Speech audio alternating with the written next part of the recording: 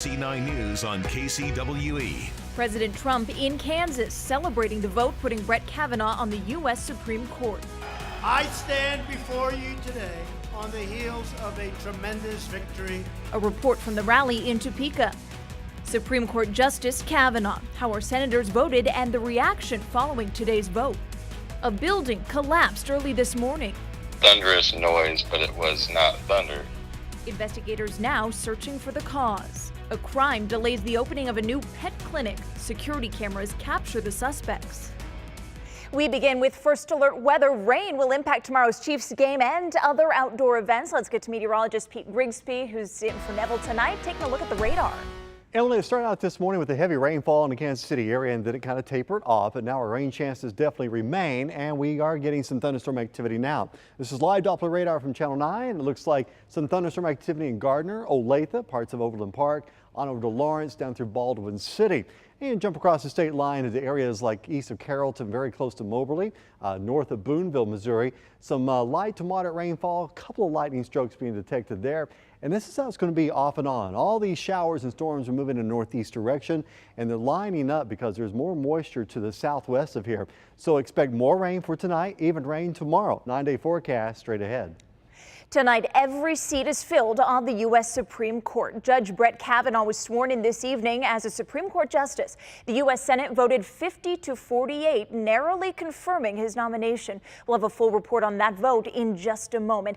But first, President Trump celebrated the Kavanaugh vote in Kansas tonight. He campaigned in Topeka for Republican gubernatorial candidate Chris Kobach.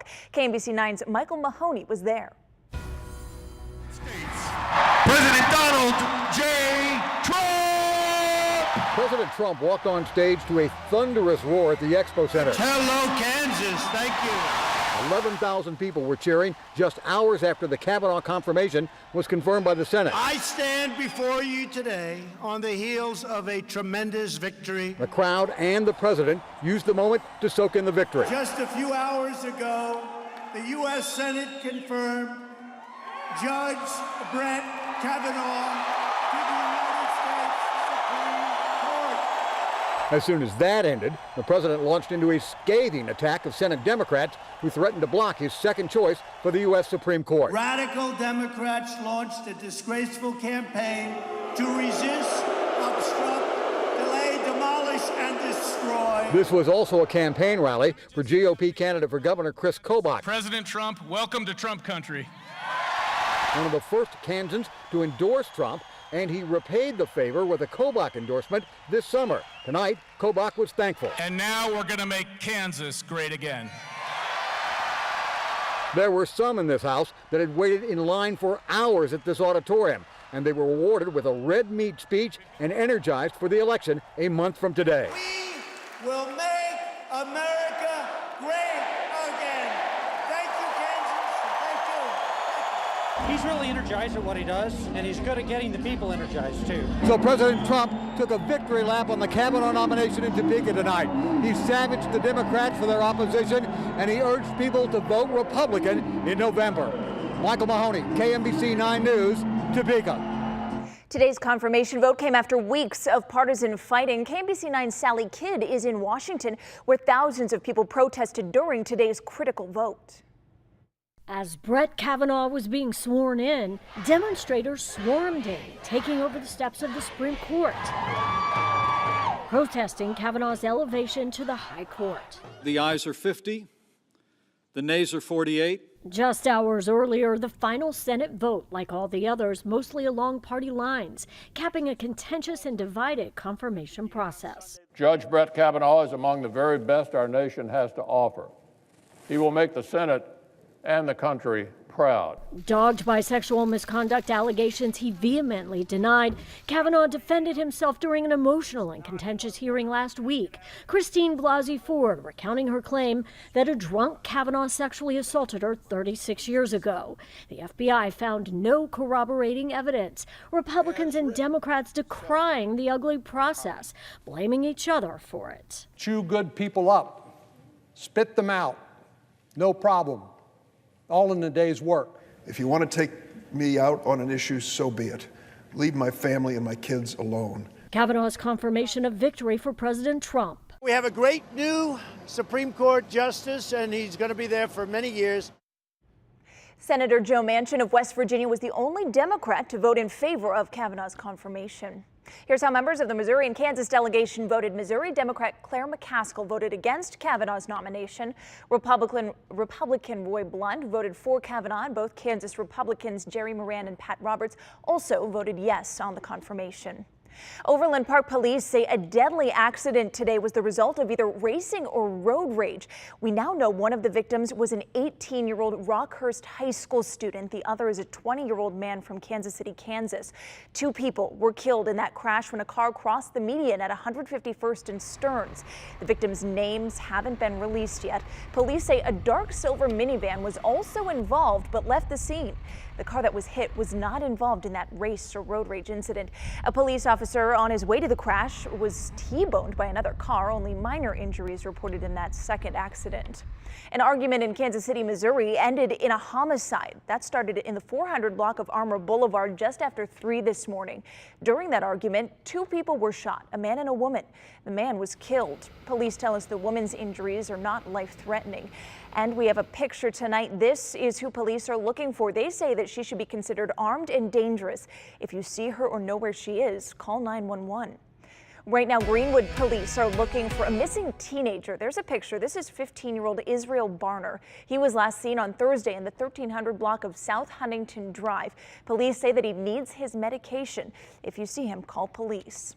Right now, part of 18th Street is closed after a building collapsed there early this morning. No one was hurt. KMBC 9's William Joy spoke to someone who was inside that building as it crumbled. And not only is part of 18th closed here at Locust Street, but crews have also set up fences as a safety precaution. The man I spoke with said in the moment he was frightened, but is now thankful. That's something you see every day. It was just after 7 a.m. at 18th and Locust. Eric Baines was in his company's second-floor studio when suddenly the building's corner collapsed. It was incredibly loud. I looked out the window and there's a huge dust cloud going down the street. When he walked out his door and into the hallway, light and dust were coming in from a few units down. I couldn't believe the building fell, you know? As firefighters arrived and crews turned off gas, Baines worried about the man he knew who lived in the corner unit. I couldn't calm down until I found out if the gentleman who lived in that unit on the end was safe. The man called Baines back to let him know he was safe and happened to be out of town. I told him that he doesn't know it, but he's on the best trip he ever took. There's no official cause, but Baines says crews had been working and digging at the corner and rain was heavy all night. The collapse goes down far below street level. I think it was just a perfect storm of stuff, you know? His unit is mostly unaffected, and he's thankful everyone is safe. Actually, it could have been a lot worse, so a lot of things were lucky to happen the way they did, and everybody was safe, which is awesome. The 2 units between Baines and the one that collapsed were both occupied as Airbnbs. The Baines told me, fortunately, the women in those were able to get out as well. In the Crossroads, William Joy, KMBC 9 News. Had to be terrifying for that man who was in there, though. City building inspectors are searching for the cause of that collapse. UMKC is ending its sponsorship of 8 charter schools in Kansas City. The university says it's shifting away from charter school oversight to focus on education research. UMKC will continue to work with both charter and public schools in Kansas City by preparing students for jobs and college. A break-in caught on tape at a veterinarian clinic in the Northland. KMBC 9's Alan Shope reports what the thieves didn't get that might land them in jail. It's a big, heavy iron piece, and that's what they smashed it with. It was not the workday Dr. Wes Cohen was hoping for. Gain entry through the smashed window. Thieves smashing a triple-pane window, signaling each other with flashlights, and even hiding behind posts when cars drive by. It's very concerning, especially when we are in business. Premier VetCare KC was all set to open next week with clients already lining up, but with nearly $10,000 of stolen items, that's now pushed back. Maybe a week or 2. Dr. Cohen says the thieves were able to get inside the building and disconnect the power and turn the cameras off, but they were not able to get the security disc, thus giving themselves away. We were able to review that, and that's where we got the images from. Stolen, mostly construction tools, printers, and other office supplies. So they took everything that they could easily get cash for. But they couldn't get the one thing that might eventually get them caught. Reporting in Kansas City North, Alan Shope, KMBC 9 News. That critical clue, and police say if you recognize those two men or know anything about the crime, call the TIPS hotline 474-TIPS. A walk for suicide prevention was canceled today due to weather, but you can still help raise money for the cause. The Out of the Darkness walk at Berkeley Riverfront Park was canceled because of lightning in the area. The event already raised $83,000 for suicide prevention, and some of the 1,700 people who registered decided to walk that course anyway. This is such a needed cause to be talked about. Their passion and their need to, whether they personally struggle or they have lost a loved one or have a lived experience, the need to have these walks and hold these events is so needed, so needed. The goal for the walk was to raise $100,000. They are a little short, but they're accepting donations until December 31st. So if you'd like to donate, I have a link on my KMBC Facebook page. That money goes toward the American Foundation for Suicide Prevention's goal to reduce the annual suicide rate by 20% by the year 2025.